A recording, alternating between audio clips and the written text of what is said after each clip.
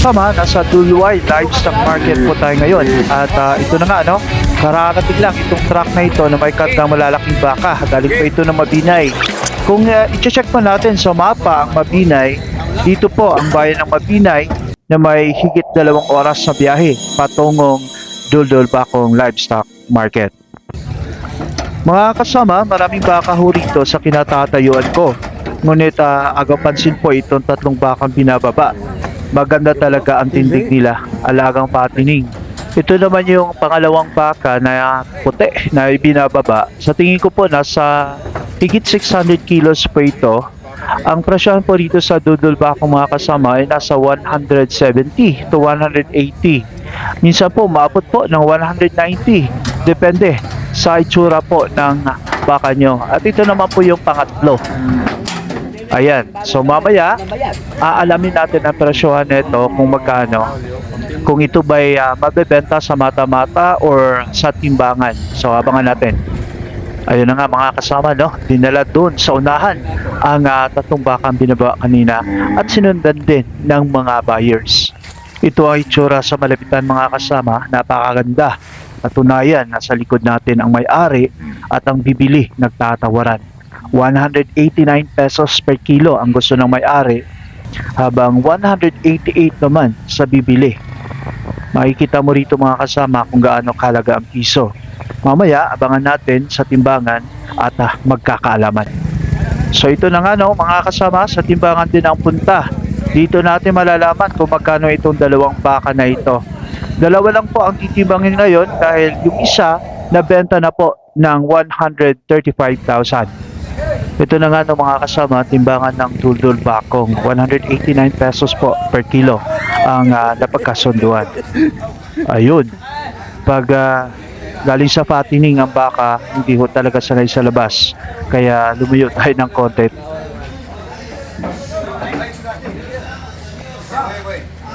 $635 kilos ang pula na baka na yan. I-multiply natin sa 189 pesos per kilo sa napagkasunduan, lumalabas na 120,015 pesos ang pulang baka na yan.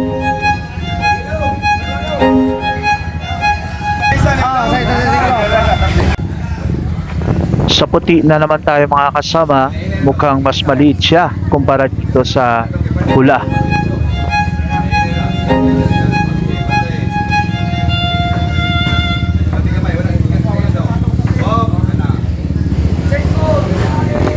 Ang timbang po ay 592 kilos.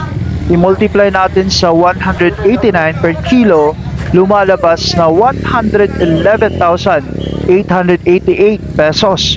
Mas maliit na siya sa pula.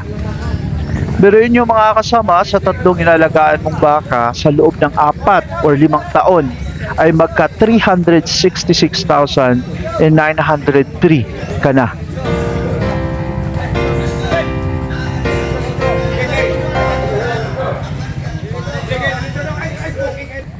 Kung kanina po 189 pesos per kilo, marami naman din tag 170 pesos per kilo. Tulad nito, nasa below 500 kilos po ang mga timbang nito. Merong payatin at may mga katamtaman lamang. May mga inahing baka din dito mga kasama, nasa 150 pesos per kilo naman ang mga yan. Tulad nitong blue na truck na ito mga kasama, linggo-linggo po na parito ito. Yung mga baka nasa nyugan, nakatali, sa kanila po yan, ready na, isampa para Manila. May mga komprador din po rito, taga Barili, Cebu. Mga kalabaw naman po ang karga netong truck na ito. Kung kanina po, tag 189 pesos per kilo ang timbangan, meron namang tag 170 pesos per kilo ngayon. Ito yung mga sinasabi ko kanina mga kasama na baka below 500 kilos. So i-check natin magkano ang aabutin nito.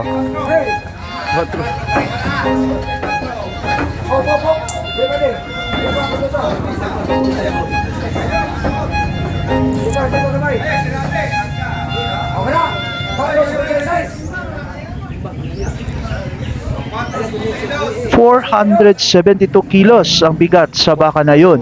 I-multiply natin sa 170 pesos per kilo, lumalabas na 80,240 pesos ang baka na yan.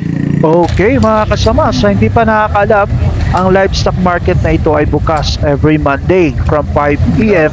to 10 a.m. Marami po tayong pagpipilian dito ayon sa gusto mo. Tulad sa ibang livestock market mga kasama, malakasan po ang tawaran dito dahil kalimitan merong hawiring. Di 30 dili kaya?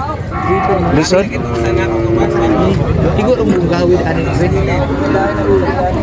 Tulad sa kalabaw na ito mga kasama, 34,000 daw.